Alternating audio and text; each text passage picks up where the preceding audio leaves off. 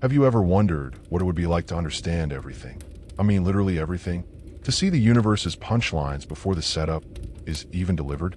Well, buckle up, because today we're diving into the mind of someone who could solve world hunger before breakfast, but chose instead to tell jokes about airline food. And trust me, once you hear this story, you'll never look at intelligence the same way again. Picture this: a mind so brilliant it could decode the secrets of existence itself, yet so twisted it finds the meaning of life hilariously absurd. This isn't just another success story. It's a philosophical comedy that'll make you question whether being the smartest person alive is a gift or the universe's cruelest joke. And here's the kicker: the protagonist of our story figured out the answer, and it's both funnier and more terrifying than you think. You see, when you're born with an IQ that breaks the measurement scale, society expects certain things from you. Nobel Prizes, revolutionary discoveries, solutions to humanity's greatest challenges. But what happens when that same superhuman intellect leads you to a conclusion so profound, so earth-shattering, that the only rational response is laughter? Not the kind that comes from joy, but the kind that emerges when you realize the cosmic absurdity of our entire existence. This is the story of Alex Chun, born with an IQ of 300 plus in a world where Einstein's 160 is considered genius level. A person who could literally see the mathematical patterns underlying human behavior, predict societal trends decades in advance, and understand complex scientific theories just by glancing at them. Yet, instead of becoming the next Einstein or Tesla, Alex chose a different path. One that would challenge everything we think we know about intelligence, purpose, and the very nature of human existence. But here's what makes this story truly mind-bending. Alex didn't just stumble into comedy. This was a calculated decision made by someone who understood the fundamental mechanics of reality itself. Someone who realized that in a universe governed by chaos and entropy, the highest form of intelligence isn't solving problems. It's learning to laugh at their impossibility. So grab something comfortable to sit on, maybe question your life choices a little bit, and let me take you on a journey through the mind of the world's most brilliant fool. Because by the end of this story, you might just realize that the real joke was thinking intelligence and wisdom were the same thing all along. Alex Chin's first memory wasn't of a lullaby or a parent's face. It was calculating the precise trajectory of dust particles dancing in sunlight through their nursery window. At 18 months old, while other toddlers were learning to walk, Alex was mentally mapping the aerodynamics of their toy airplane and wondering why adults found peekaboo amusing when object permanence was so obviously fundamental to cognitive development. By age 3, Alex had read their parents' entire library, taught themselves 6 languages, and developed what they called the Great Sadness, a profound melancholy that came from understanding that Santa Claus was statistically impossible, that their pet goldfish would die in approximately 14 months based on its current swimming patterns, and that their parents' marriage had a 73% probability of ending in divorce based on micro-expressions they observed during breakfast conversations. The real trouble began in kindergarten. While classmates struggled with finger painting, Alex was mentally redesigning the brush bristles for optimal paint distribution and contemplating the philosophical implications of why humans found artistic expression meaningful when it served no evolutionary purpose. During circle time, as their teacher read The Very Hungry Caterpillar, Alex calculated the metabolic impossibilities of the caterpillar's consumption pattern and wondered if the story was a metaphor for capitalism's unsustainable growth model. "Alex, what did you think of the story?" Mrs. Peterson asked one day. "Well," 5-year-old Alex replied, "if we assume the caterpillar represents human desire and the fruit represents material consumption, then the metamorphosis suggests that transformation only occurs after a period of destructive overconsumption, which is troubling because it implies that growth requires harm, and also the caterpillar would actually die from eating that much sugar. So really it's a story about the fatal consequences of unchecked appetite, masquerading as a children's tale about hope." The classroom fell silent. Mrs. Peterson made a note to call Alex's parents. This pattern continued throughout their childhood. While other kids played tag, Alex stood on the sidelines, calculating optimal running algorithms and pondering why humans engaged in ritualistic pursuit behaviors that mimic predator-prey relationships. During birthday parties, they'd analyze the social hierarchies forming around cake distribution and wonder why celebrating the passage of time toward death was considered joyful. The isolation was crushing, but not because Alex couldn't make friends. They could predict exactly what each classmate would say, do, and think with 94.7% accuracy. The isolation came from the crushing weight of seeing through everything. Every social interaction was a series of predictable algorithms. Every emotion was a chemical cascade they could map in real time. Every human behavior was just biological programming dressed up as free will. By middle school, Alex had already solved several mathematical theorems that wouldn't be discovered by professional mathematicians for another decade. They'd written papers on quantum mechanics that professors couldn't understand. They'd developed economic models that predicted market crashes with frightening accuracy. And yet, they spent most of their time sitting alone at lunch, watching their classmates navigate social dynamics that seemed simultaneously incredibly complex and utterly meaningless. The breaking point came during 8th grade when Alex's science teacher, Mr. Rodriguez, assigned a project on renewable energy. While classmates made poster boards about solar panels, Alex designed a complete fusion reactor blueprint that could theoretically power a small city. But instead of praise, they received a concerned meeting with the school counselor, their parents, and two people who claimed to be from a gifted education program, but whose credentials Alex immediately recognized as fabricated government intelligence agencies. "Alex," said Dr. Sarah Martinez, the school counselor, "we're worried about you. Your teachers say you seem disconnected, unhappy." Alex looked around the room, analyzing facial microexpressions, body language, and speech patterns. Dr. Martinez, genuinely concerned, but following a script. Parents, confused and slightly afraid of their own child. Government agents, fascinated and calculating future usefulness. "I understand why you're concerned," Alex said quietly. "But the problem isn't that I'm disconnected from reality. The problem is that I'm too connected to it. I can see all the patterns, all the systems, all the inevitable outcomes. And once you see the machinery behind the magic trick, it stops being magical." That night, alone in their room, Alex stared at the ceiling and made a decision that would change everything. They realized that their intelligence wasn't a gift. It was a curse that separated them from the beautiful ignorance that allowed other humans to find meaning in meaningless things. But maybe, just maybe, there was one human experience that could bridge that gap. Maybe the secret wasn't trying to solve the absurdity of existence. Maybe it was learning to laugh at it. The first time Alex Chun deliberately told a joke, they were 14 years old and had just finished reading every philosophy book in their local library's collection in a single weekend. They'd consumed Nietzsche, Camus, Sartre, and Wittgenstein like other teenagers consumed pizza, and came to a startling realization. Existential philosophers were just very serious comedians who forgot to include the punchlines. Think about it. Alex explained to their bewildered parents over dinner. Sisyphus pushes a boulder up a mountain for eternity, right? Everyone says it's tragic. But what if it's the universe's longest setup for a joke we just haven't gotten yet? What if the punchline is that there is no punchline, and that's hilarious? Their father, Dr. James Chun, a molecular biologist, nearly choked on his vegetables. "Alex, philosophy isn't supposed to be funny, but that's exactly what makes it funny," Alex exclaimed, their eyes lighting up for the first time in years. "We've created these elaborate systems to explain why nothing makes sense, when the fact that we need elaborate systems to explain nonsense is the most perfectly absurd thing ever."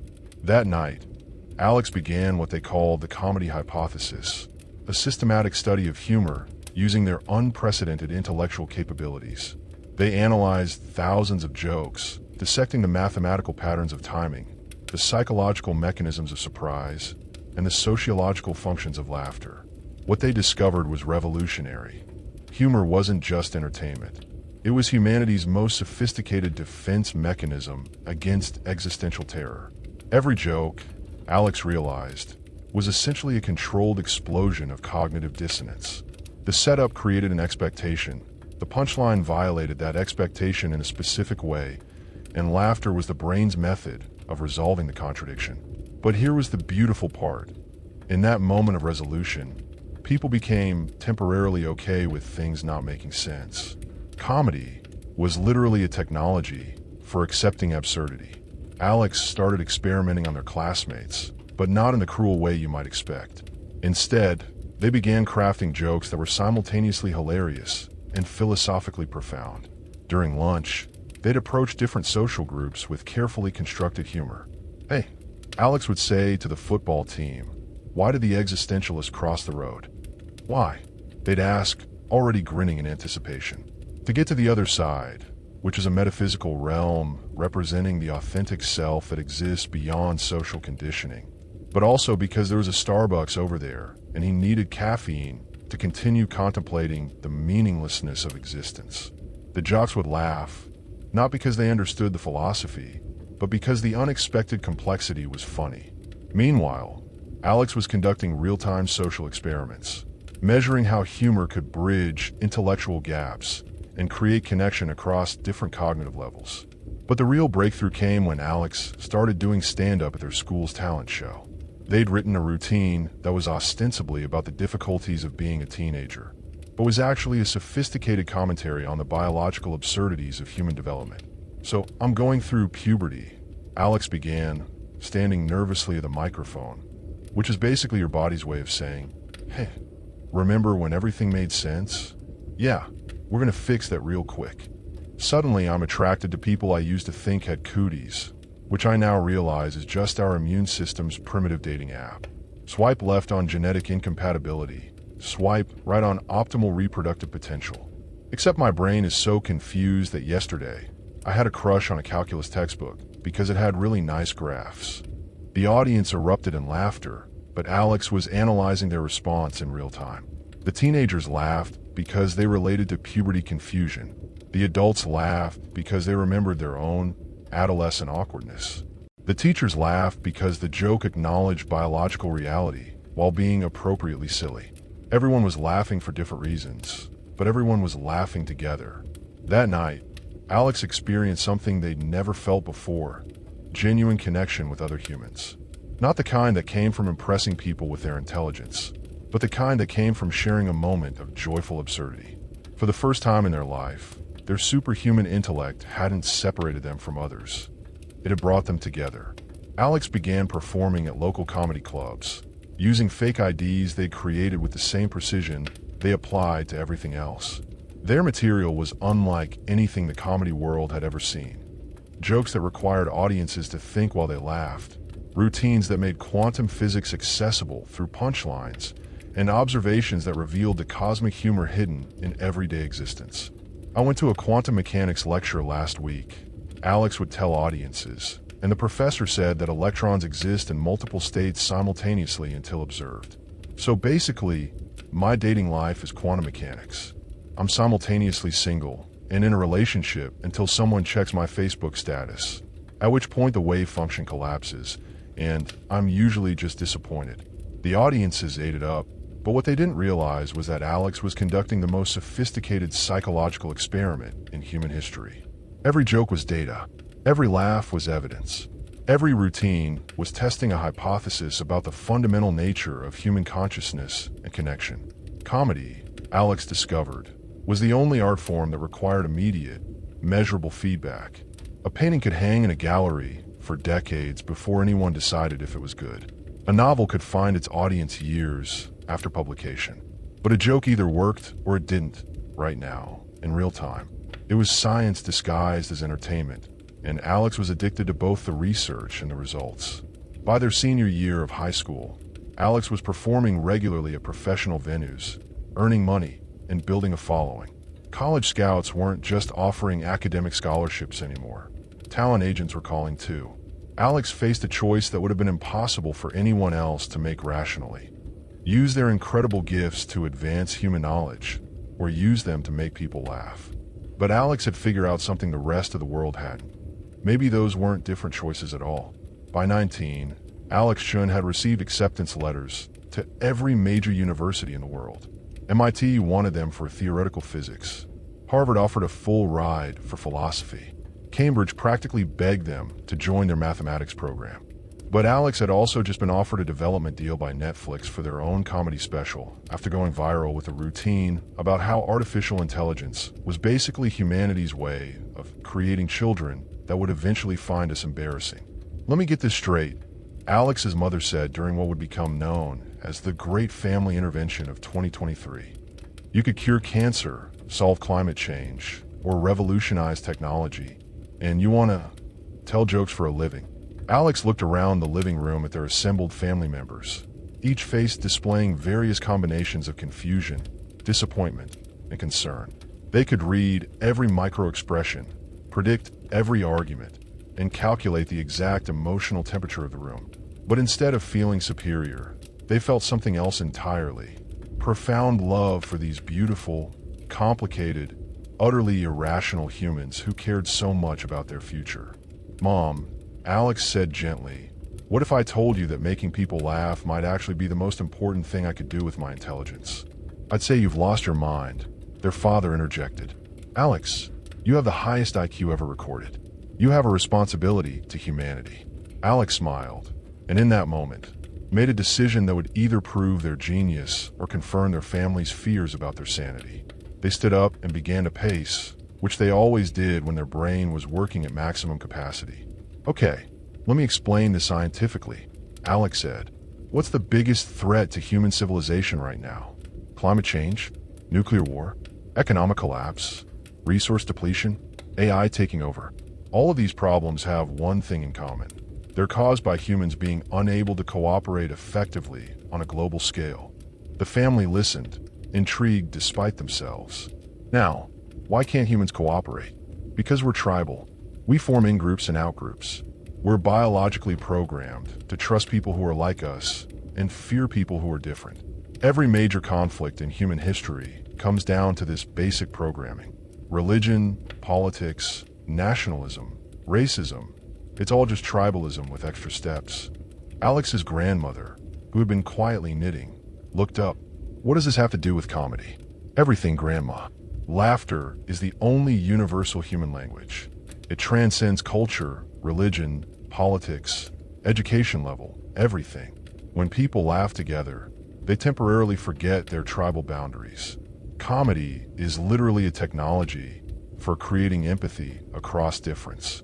Alex pulled out their phone and showed a video of one of their recent performances to a diverse audience. Look at this crowd. You've got conservatives and liberals, different races, different ages, different income levels, all laughing at the same jokes. For those 90 minutes, they're not divided into tribes. They're just humans sharing a moment of joy. Their father frowned, but solving actual problems would help more people than making them laugh. Would it though? Alex challenged. Let's say I cure cancer. That helps millions of people, which is amazing. But it doesn't change the fundamental systems that create human suffering. People will still hate each other over stupid differences. They'll still choose tribal loyalty over truth. They'll still make decisions based on fear instead of evidence. Alex sat back down, their voice becoming softer but more intense. But what if I could create a new kind of comedy? Something that makes people laugh while also making them think.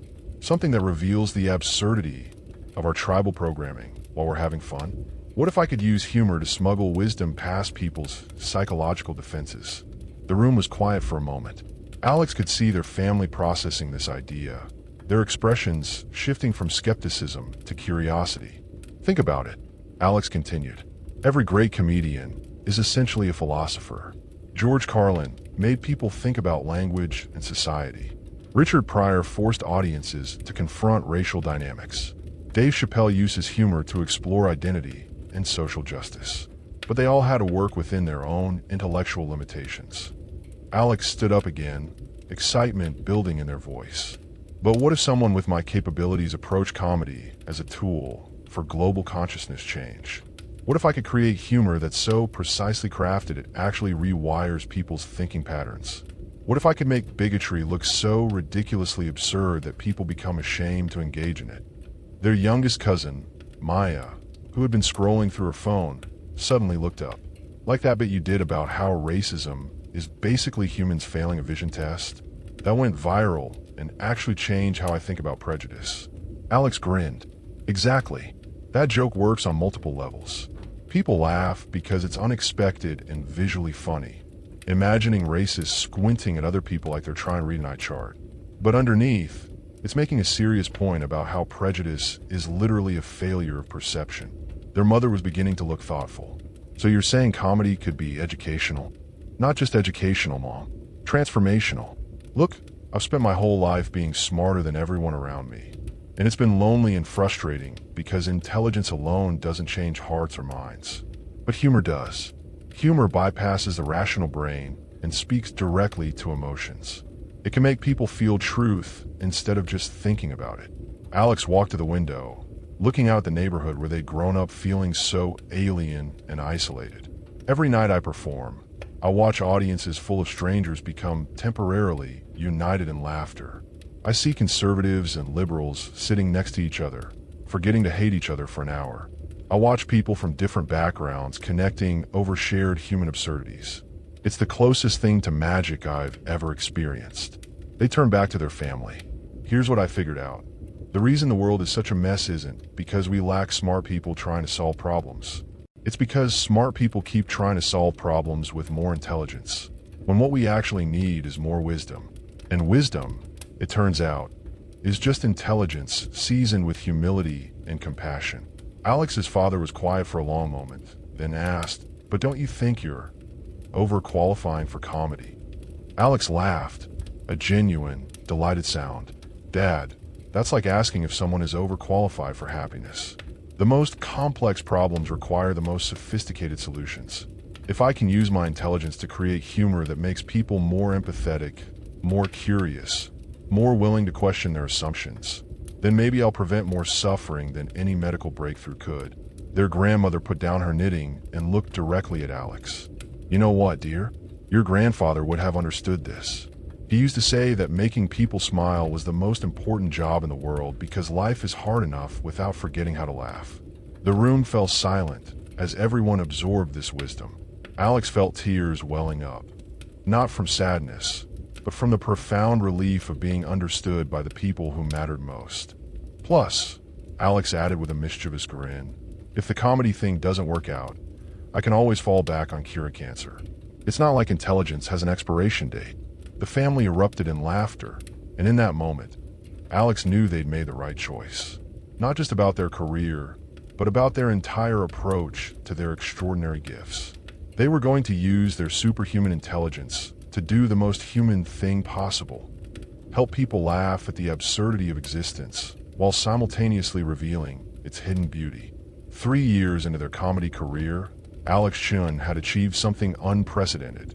They were simultaneously the most intellectually rigorous and genuinely funny comedian working. Their Netflix special Quantum Entanglement and Other Relationship Problems had broken viewing records and sparked academic discussions in philosophy departments worldwide. They'd managed to make jokes about consciousness that made neuroscientists laugh, while helping regular audiences understand complex concepts about the nature of reality. But success brought unexpected challenges that their superhuman intelligence couldn't easily solve. The more popular Alex became, the more pressure they felt to dumb down their material for broader audiences. Comedy clubs wanted accessible humor. TV producers suggested they focus on relatable topics like dating and social media, instead of exploring the existential implications of quantum mechanics through punchlines. Alex, their manager, Sandra, explained during a particularly frustrating meeting, "Your demographic analysis shows that audiences tune out when you get too philosophical. The sweet spot is clever but not complicated, funny but not frightening."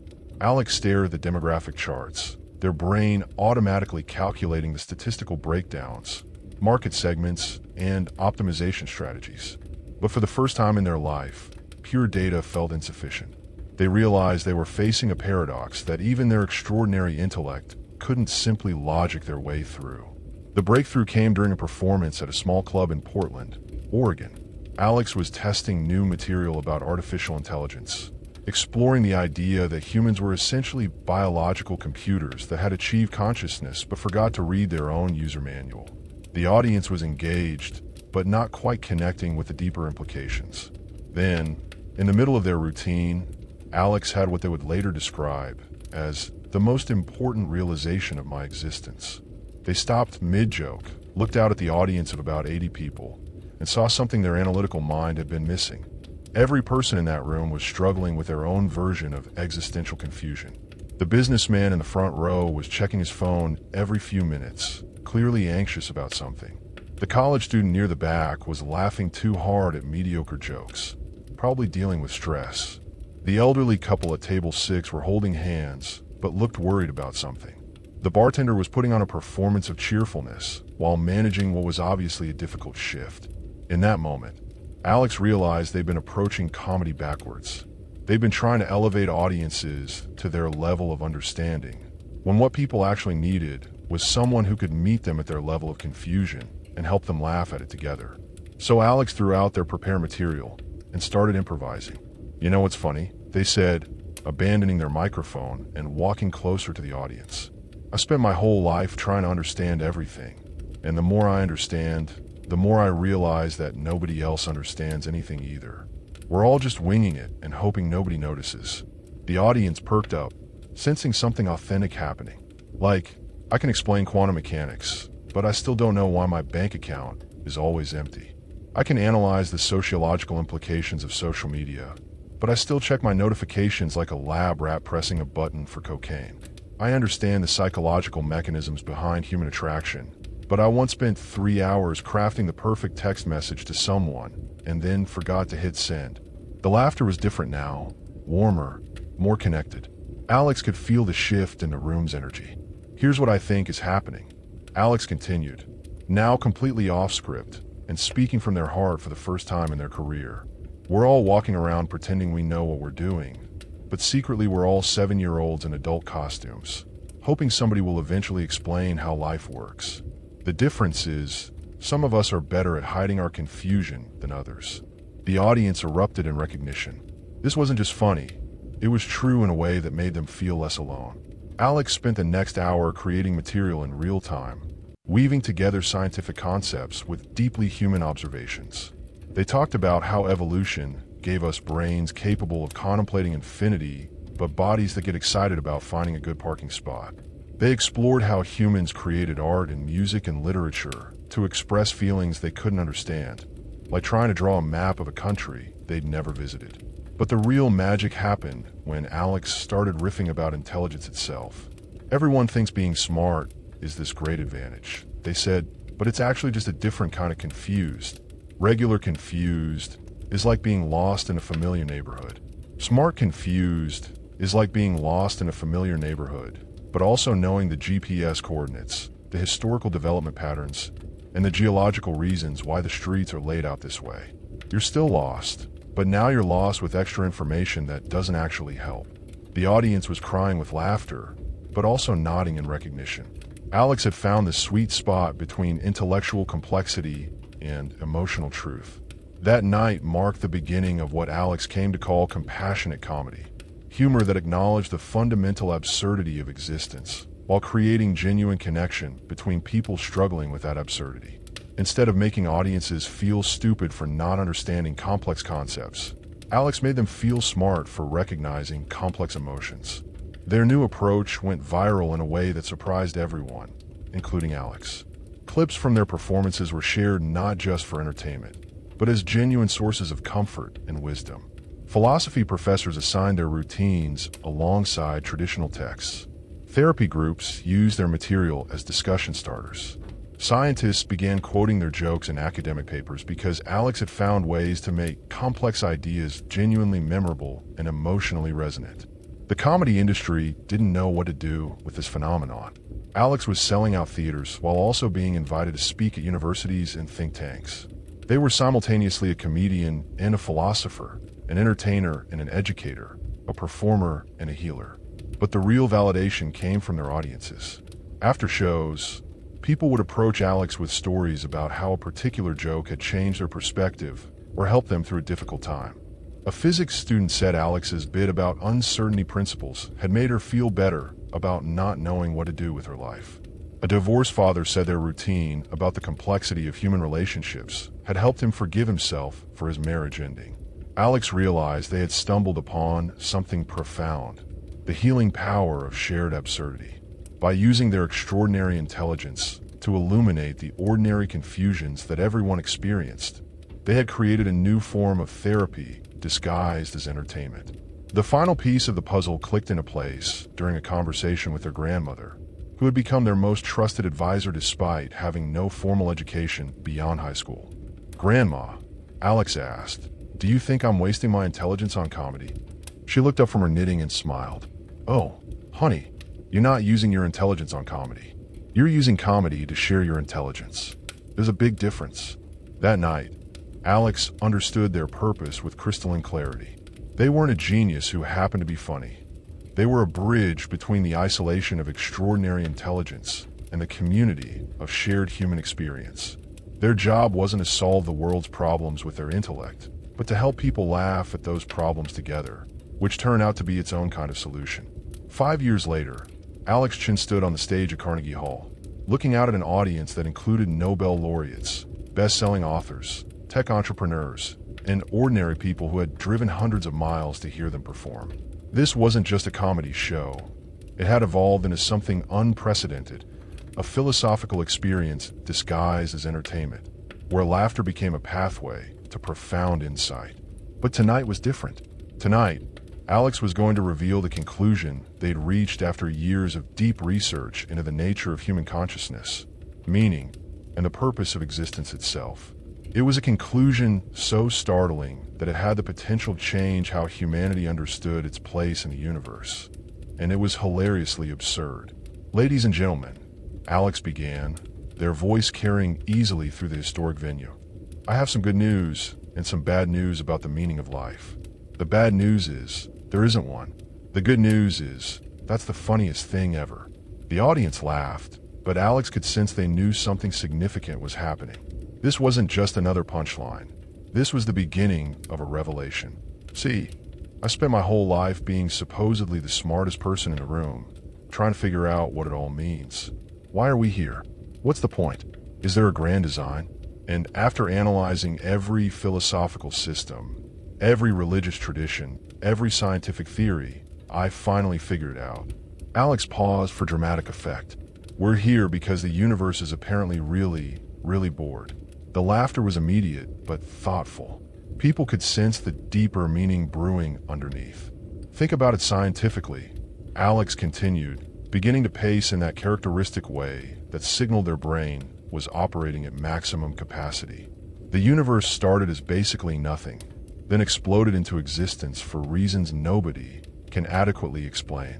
It's been expanding and cooling and creating complexity for 14 billion years.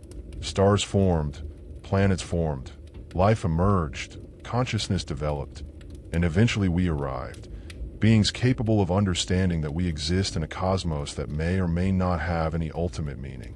Alex stopped pacing and looked directly at the audience. "So from the universe's perspective, we're like a cosmic reality TV show. Hey, let's create some self-aware beings and see what they do when they realize they exist." And what do? We create art, music, literature, philosophy, science, comedy.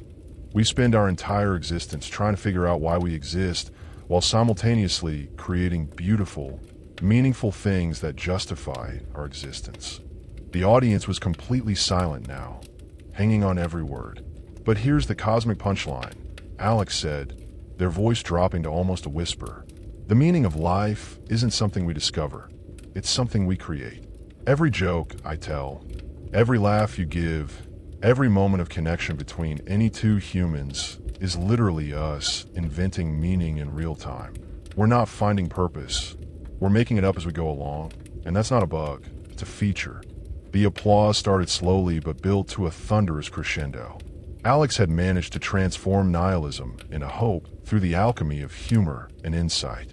"So yes," Alex continued when the applause died down, "we're all going to die. The universe will eventually experience heat death, and nothing we do will matter on a cosmic scale. But that's not depressing. That's liberating.